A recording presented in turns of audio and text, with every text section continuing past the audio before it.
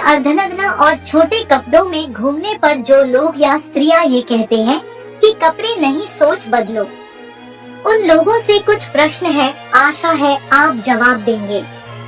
Number 1, पहली बात, हम सोच क्यों बदले?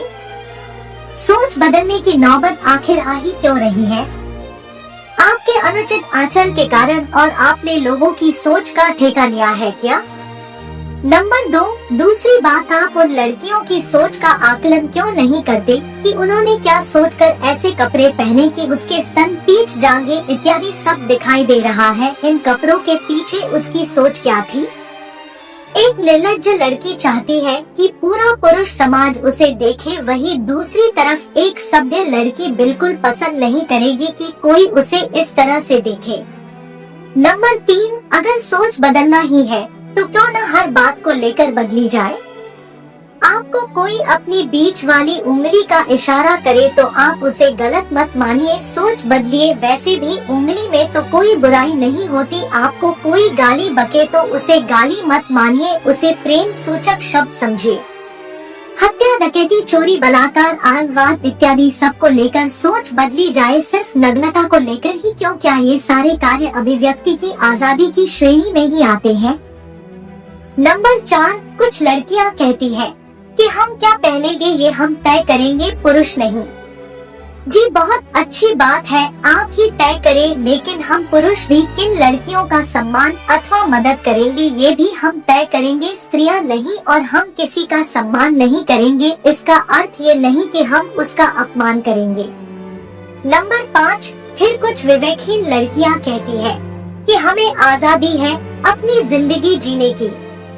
जी बिल्कुल आजादी है, ऐसी आजादी सबको मिले। व्यक्ति को चरस, गंजा, ड्रग्स, ब्राउन शुगर लेने की आजादी हो, गाय भैंस का मांस खाने की आजादी हो, वैश्यालय खोलने की आजादी हो, पोर्न फिल्म बनाने की आजादी हो, हर तरफ से व्यक्ति को आजादी हो।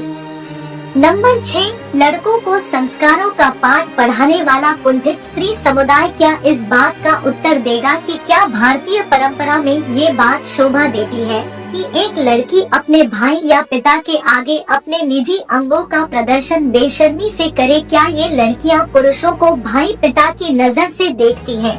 जब ये खुद पुरुषों को भाई पिता की नजर से नहीं देखती तो फिर खुद किस अधिकार से ये कहती है हमें माँ बहन की नजर से देखो?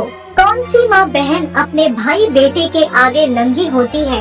भारत में तो ऐसा कभी नहीं होता था। सत्य यह है कि अश्लीलता को किसी भी दृष्टिकोण से सही नहीं ठहराया जा सकता। ये कम उम्र के बच्चों को यौन अपराधों की तरफ ले जाने वाली एक नशे की दुकान है और इसका उत्पादन स्त्री समुदाय करता है। मस्तिष्क विज्ञान के अनुसार 4 तरह के नशों में एक नशा अश्लीलता से भी है। आचार्य कौटिल्य ने चाणक्य सूत्र में वासना को सबसे बड़ा नशा और बीमारी बताया है। यदि यह नग्नता आधुनिकता का प्रतीक है तो फिर पूरा नग्न होकर स्त्रियां पूर्ण आधुनिकता का परिचय क्यों नहीं देती?